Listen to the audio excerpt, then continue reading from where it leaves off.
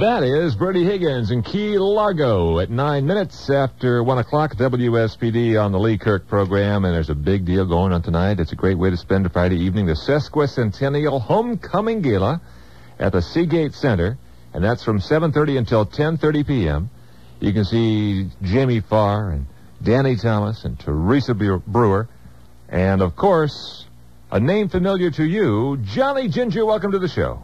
Thank you very much, Lee. How are you, sir? I'm fine. I'm happy to be back here. My legs are still not right because when I got this call, I thought someone was kidding me because it was close to April Fool's Day.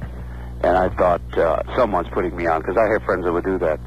And then she said, no, we would like to honor you. And I said, I can think of a lot of other people that would be more of the recipient than I am. And she said, no, you've been on television here in the infancy days of Channel 13 with Lloyd Thaxton. A lot of people remember that. Mm-hmm. And I've been in quite a few motion pictures and so on. But I'm still jelly inside.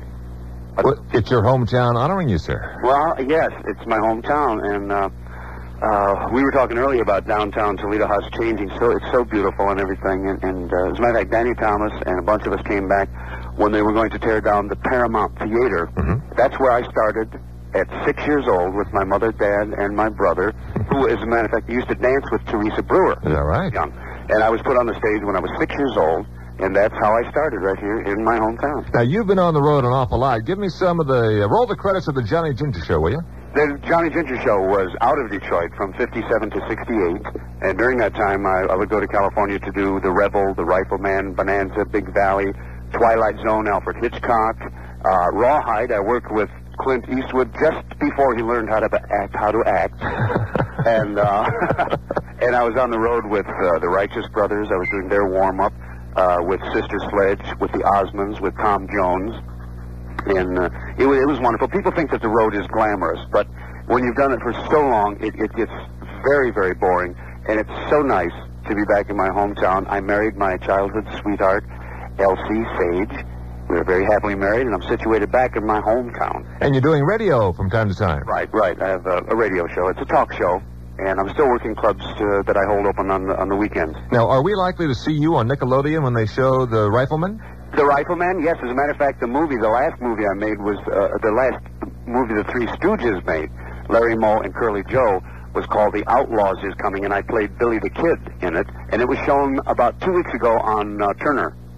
Oh, I can't let you get by with just mentioning it. How was Larry, Moe, and Curly? They are the most, Moe, the one with the bangs, the one that does the slapping and the poking in the eyes, was the most gentle, most educated, learned man that I have ever met in my life. He was very soft-spoken, and when they'd say Moe on the set, he'd put his head forward. He always combed his hair back when he was sitting in his director's chair. And he'd throw his head forward, and he would get that scowl, and he would become, almighty, you meathead. I'm a victim of circumstance. And then he would become Moe. But off of it, he was a gentle, beautiful human being. Were those one-takers, or did they have to go over it and over it and over it? My scene, Adam West was shooting at me, ricocheting around my feet. It was just before he got Batman. And I was supposed to deliver a line like, you're going to hear from me, because they had glued my gun in my holster the night before in the hotel. Oh, by the way, the reason I got the part was I was fast draw champion of the world with a .45 in 1960. And I got the part, and I did not draw the gun once, because they glued it in the holster. And 11 takes, the director says, cut. He said, Johnny, you don't sound mad enough. And I said, well, you're going to hear from me, and that was the line. Simple. The 11th take, I got mad at the director, and I directed it right at him. I said, you're going to hear from me. He said, cut it, print it. He said, now you sound mad. I said, I am. And I lost my voice. They had to shoot around me the next day because I could not talk. You were almost a fixture in the golden age of television. Right. We refer to it as that, and it sounds odd to me because I'm only 27. Of course. Really.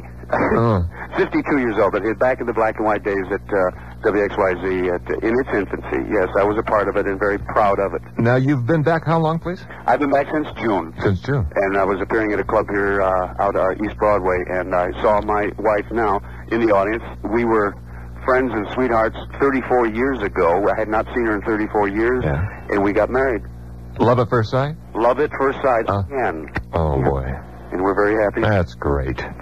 And it's a pleasure talking to you. And like I said tonight, I'm jelly. I just don't know how to handle it. Well, you'll be sharing the stage with a lot of famous folks. And are you going to be in a particular place or just kind of moving throughout the circus area? I'll probably, well, we have the tickets in there. It says area Chuncha here, so I don't know if there's seats or what, but we will be, I imagine if they're going to have a dais or whatever. Will you be distinctively dressed in your white hat or black hat? Oh, yeah. I asked if it's black tie, but they said no, dress, kind of casual. On the cash, so I'm going to have a nice little thing on there. And I hope I don't have to do a speech because, when the Academy Awards just on, and everybody has a speech not knowing if they're going to walk away with something. I know I'm going to walk away with something, and I know I'm going to have to say something. And I am Irish. I wear my heart on my sleeve, and I'm very emotional, and I just may break down. Welcome home, Johnny Ginger. Thank you, sir, and thank you for having me on. It's good to be home. Nice talking to you. Bye-bye. Bye-bye. Congratulations. Thank you. All right, Johnny Ginger, back home after years on the road, being honored tonight as part of the Sesquicentennial Circus. It's going to be great. Toledo has a history rich with people like Johnny, places and events that shape the city we know today. In honor of Toledo's celebration of its 150th birthday this year, WSPD Radio presents another in our series of Sesquicentennial Minutes, a glimpse back into the history of Toledo, the all-American city, brought to you by Mommy Ford. This Sesquicentennial Minute is brought to you by Mommy Ford, the area's better deal dealer. That is Bertie Higgins in Key Largo at 9 minutes after